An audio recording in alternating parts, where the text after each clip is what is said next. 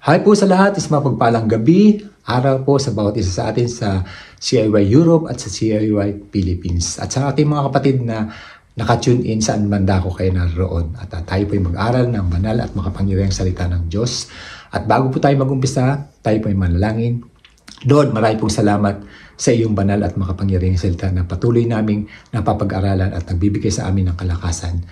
Samahan mo po kami sa oras na ito and let your Holy Spirit be guide us into all truth. We thank you and we bless your holy name in Jesus' name. Amen and amen. So ang ating pag-aaralan ngayon ay kinuha ko po sa Galatians 2:20. Basahin po natin sa wikang Ingles. I have been crucified with Christ and it is no longer I who live, but Christ who lives in me. And the life I now live in the flesh, I live by faith in the Son of God who loved me and gave Himself for me. Purihin po ang Panginoon sa pagkakabasa ng kanyang banal at makapangyarihang salita. At title po ng ating pag-aaralan ngayon is Remember Your Identity. So, as a believer, we have a new life in Christ because we are God's children and we are forgiven, loved, and part of God's family. So, meron po tayong 3 puntos na pag-aaralan. Number 1 po is understanding who we are in Christ. Live out our identity. And number 3 po is live a life of service. So number 1 po is understanding who we are in Christ. Understanding who we are in Christ is we are God's children and we are God's new creation. Pag sinabing we are God's children, iniingatan natin ating mga pamumuhay para hindi makonfuse yung mga tao sa paligid natin. And lagi po natin tandaan na if we are God's children, we are forgiven and justified and declared righteous in the sight of God. May mga tao din po na we are insignificant sa kanilang mga paningin. But in the sight of God, we are very, very significant. Dahil anak niya tayo So nandoon po yung favor ng Panginoon sa bawat isa sa atin. Dahil anak niya tayo, sabi nga po ng John 1:12, lahat ng tumanggap at nanampalataya sa Kanya ay binigyan niya ng karapatang maging anak ng Diyos. Yun po yung ating pinanghahawakan na we are God's children. Ano po? And we are God's new creation sa pamagitan ng Holy Spirit na humikilos sa bawat isa sa atin. And nandoon po na we are transformed. Sabi ng 2 Corinthians 5:17, if we are in Christ, we are a new creation. The old has gone, the new has come. So wala na po yung katamaran, wala na po sa atin yon. Wala na po yung madali tayong magalit, nandoon po na mahaba ang ating pasensya at hindi na po tayo nabumuhay sa nakaraan kundi sa pangkasalukuyan na ginagawa sa atin ng Diyos by His grace. Yung struggle po ng buhay natin, hindi na po yung struggle kundi nag-i-enjoy na po tayo sa presence ni Lord.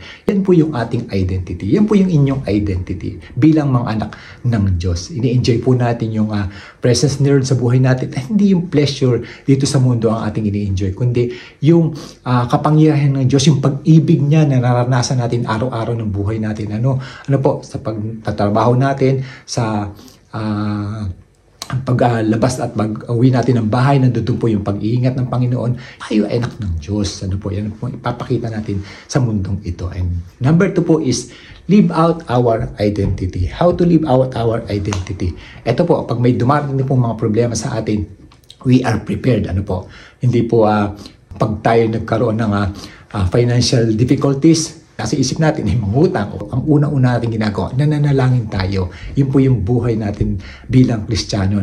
To live out our identity is to we are prepared for hardship. We have to trust in God's promises and love. Yung pag-ibig po ng Panginoon, hindi niya tayo iiwan, hindi niya tayo pababayaan. And we have to practice our patience and perseverance. Yan po yung hardship na dumarating sa atin na kahit na anong sitwasyon ng buhay natin, circumstances ng buhay natin, nakikita ng mga tao sa paligid natin na hindi tayo apektado at nandun lagi tayong positive. Nakikitahan tayo ng kalakasan, yung happiness natin sa outside, meron tayong joy in the inside. Kung wala man yung happiness dito sa outside ng buhay po natin, merong joy na naiiwan dito sa puso. Kaya nga po kahit may pinagdadaanan tayo, hindi po halata.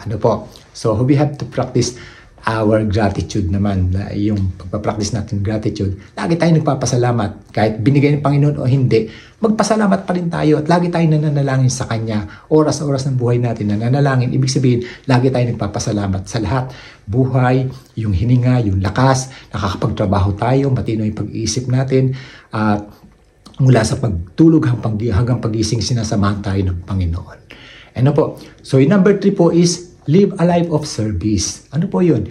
Yung pong mga potentials natin. Use our every potential na magamit natin habang tayo po ay may buhay, habang tayo po ay may hininga, habang tayo po ay may lakas. Gamitin po natin serving others and serving God. Ano po?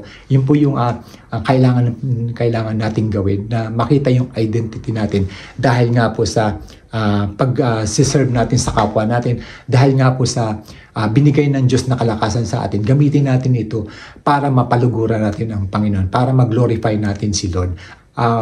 Generous po tayo ngayon, hindi po katulad ng dati na isipin muna natin bago tayo makatulungan po. And subito o immediately, pagka mayroon pong pangailangan ng kapwa natin, tulungan po natin. Pag may tumawag sa atin, humingi ng advice, i-advise po natin sila. Ano po, yung pong na-share ko na rin po ito na meron po akong kaibigan na tumawag nga po sa akin at doon po na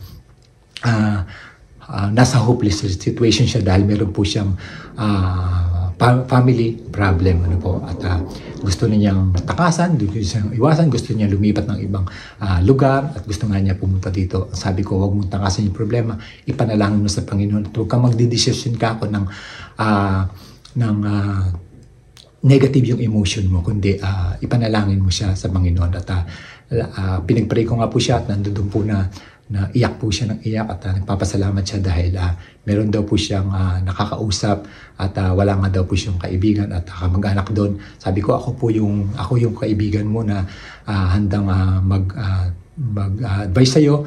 Tumawag ka lang sa akin anytime. At yun po, sabi ko, pinadalan ko po siya ng verse, ng Bible verse, sabi doon sa 1 Corinthians 10:13. Sabi ko, walang pagsubok ako na naranasan natin na hindi naman naranasan ng ibang tao. Ako, dumanas din ako ng problema, pero binigay ko sa Panginoon. At sabi ng Panginoon, tapat nga po siya sa kanyang pangako na hindi niya tayo pababayaan. At yun naman po, binasa niya.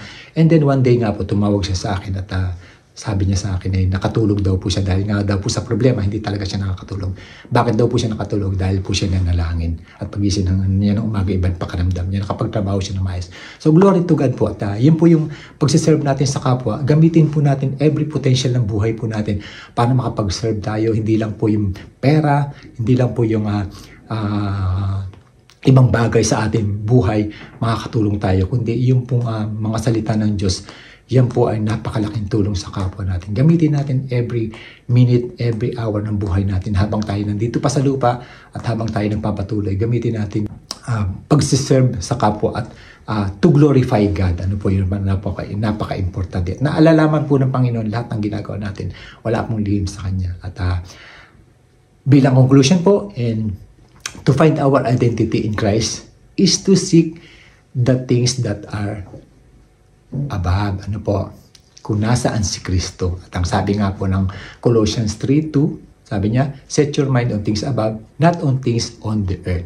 So maging busy po tayo sa presence ni Lord at lagi po tayo magpasakop sa kanyang salita. Ano po? Sundin natin yung kanyang salita.